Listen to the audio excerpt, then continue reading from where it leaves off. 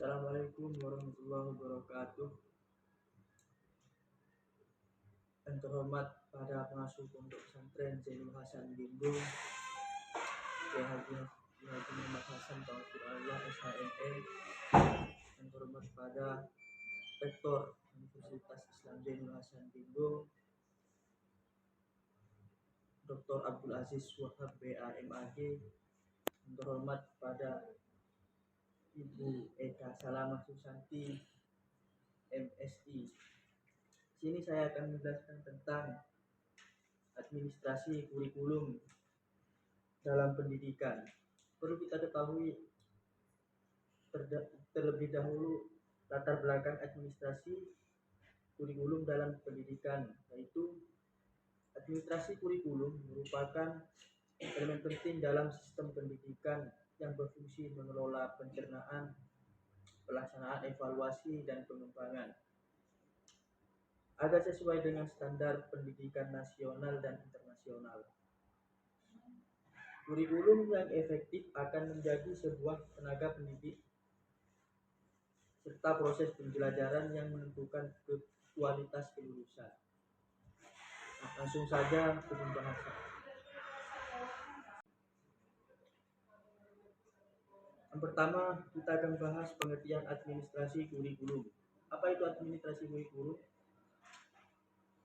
Adalah proses sistematis dalam pembelajaran mengelola kurikulum agar dapat diterapkan secara efektif dan efisien. Administrasi ini mencakup perencanaan, perorganisasian, pelaksanaan evaluasi, dan pengembangan kurikulum agar sesuai dengan standar kebutuhan peserta didik, perkembangan ilmu pengetahuan dan teknologi. Nah, di sini administrasi kurikulum tidak terfokus hanya penyusunan materi saja, tetapi juga melibatkan berbagai aspek lain seperti strategi pengajaran, ketersediaan sumber daya, kebijakan pendidikan, serta peran tenaga pendidik. Administrasi kurikulum yang baik dapat menjadi pendidikan dapat berjalan dengan tujuan yang telah ditetapkan dalam kebijakan pendidikan nasional.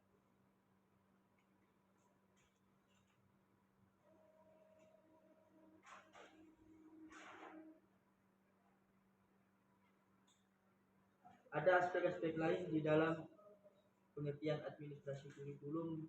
Pertama, perencanaan kurikulum. Perencanaan merupakan tahap awal dalam administrasi kurikulum yang bertujuan untuk merancang kurikulum tersebut sesuai dengan standar kebutuhan pendidikan dalam karakteristik peserta didik, yang mana di dalam perkembangan zaman sekarang itu butuh sangat kurikulum yang efisien dan mudah bagi peserta didik. Kedua, analisis kebutuhan. Mengidentifikasi kebutuhan peserta didik tidak serta peserta didik, masyarakat, dan dunia kerja untuk memastikan kurikulumnya relevan dengan tuntutan masa depan. Yang ketiga, pengembangan struktur kurikulum, menentukan mata pelajaran, kompetensi dasar, dan alokasi waktu pembelajaran. Implementasi kurikulum. Setelah perencanaan selesai, tahap berikutnya adalah implementasi, yaitu praktek langsung penerapan kurikulum dalam kegiatan pembelajaran. Fungsi ini mencakup yang pertama, koordinasi pelaksanaan pembelajaran, yang mana memastikan bahwa tenaga pendidik memahami dan menerapkan kurikulum dengan baik. Yang kedua, penyediaan sarana dan prasarana. Yang ketiga, monitoring kegiatan belajar mengajar. Yang keempat, penyesuaian dengan kebutuhan peserta didik.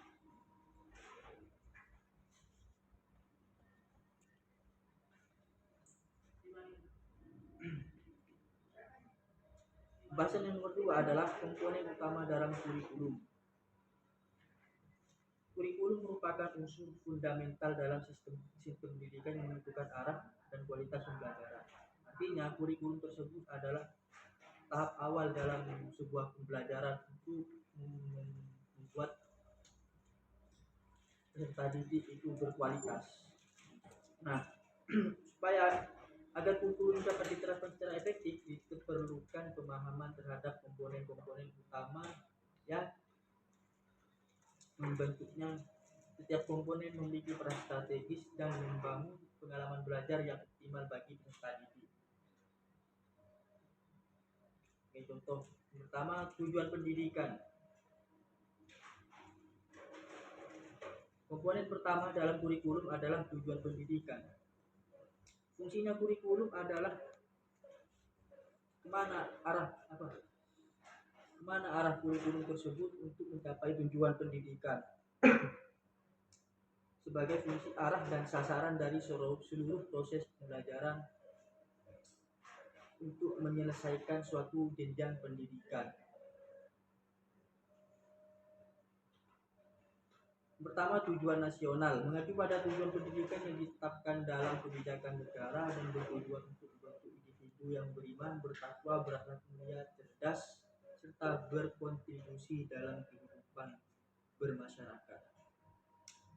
Yang kedua, tujuan institusional. Merupakan tujuan yang dirancang oleh suatu lembaga pendidikan sesuai dengan visi dan misi. Yang ketiga, tujuan kurikuler. Berfokus pada kompetensi yang dicapai dalam suatu mata pelajaran atau program studi. Yang keempat, tujuan instruksional, yakni tujuan yang spesifik untuk suatu pembelajaran tertentu, seperti mencakup tujuan yang lebih rinci dalam bentuk kompetensi dasar dan indikator pencapaian kompetensi, yakni IPK. Isi atau materi pembelajaran dalam kurikulum harus diajarkan dalam proses pendidikan yang baik. Materi pembelajaran harus disusun secara sistematis agar sesuai dengan tingkat perkembangan peserta didik serta relevan dengan kebutuhan zaman. Ini artinya materi pembelajaran dalam kurikulum harus mengikuti standar zaman. Jadi harus mengikuti perkembangan zaman lah, artinya harus relevan.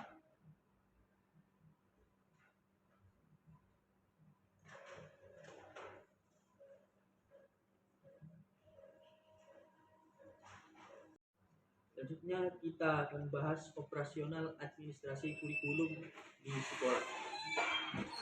Nah, administrasi kurikulum merupakan bagian penting dalam sistem pendidikan yang berfungsi untuk memastikan bahwa pendidikan tersebut layak diterapkan secara sistematis dan efektif di sekolah.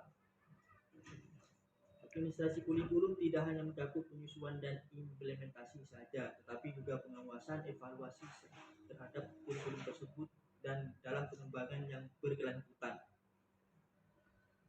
Berikut adalah aspek-aspek utama dalam mengimplementasikan administrasi kurikulum di sekolah. 1. Perencanaan kurikulum di sekolah. Perencanaan kurikulum adalah langkah awal dalam operasional administrasi kurikulum.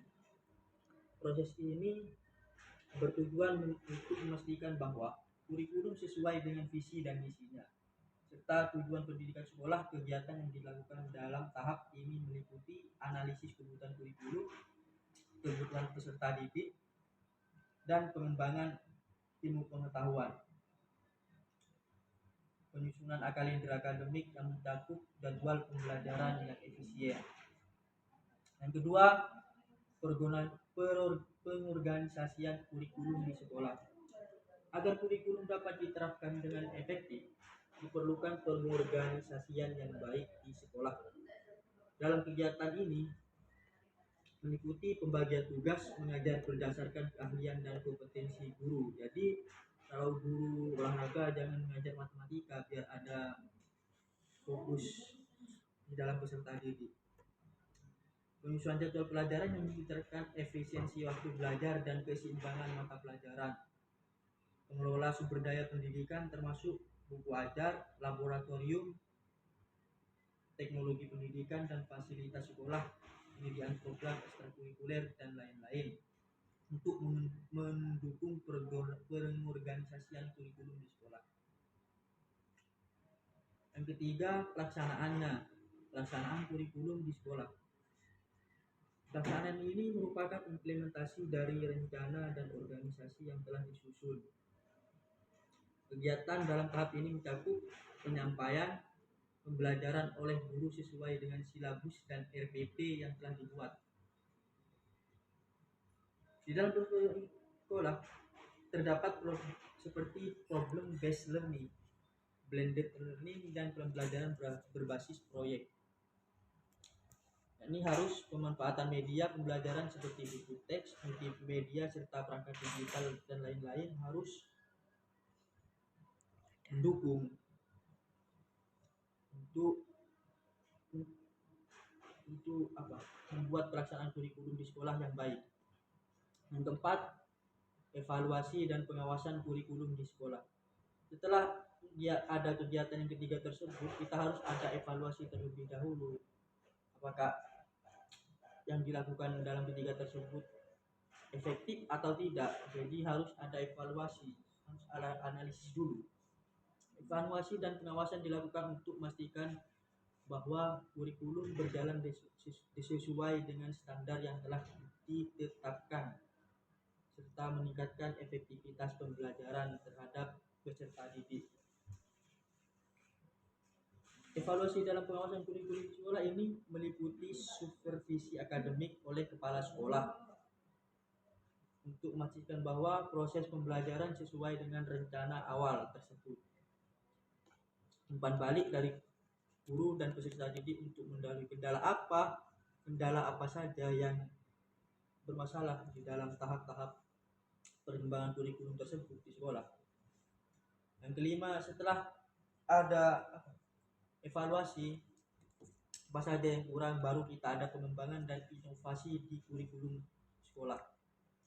Untuk menyesuaikan kurikulum dengan perkembangan zaman diperlukan inovasi dan pengembangan secara berkelanjutan.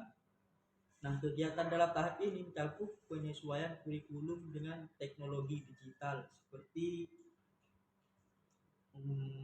membuat video TikTok, seperti YouTube, seperti penggunaan e-learning dalam aplikasi pembelajaran, pengembangan kurikulum berbasis kebutuhan lokal, misalnya integrasi kearifan lokal dalam materi pembelajaran.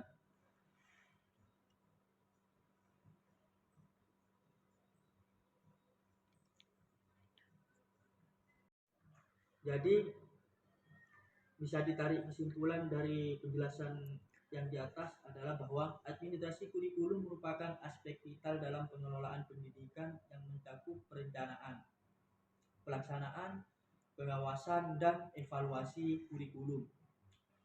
Di sini kepala sekolah memiliki peran sentral atau peran penting dalam memastikan bahwa implementasi kurikulum itu berjalan efektif sesuai dengan standar pendidikan nasional dengan administrasi kurikulum yang baik. Diharapkan kualitas pendidikan dapat terus meningkat. Itu saja dari saya, kurang lebihnya mohon maaf. Assalamualaikum warahmatullahi wabarakatuh.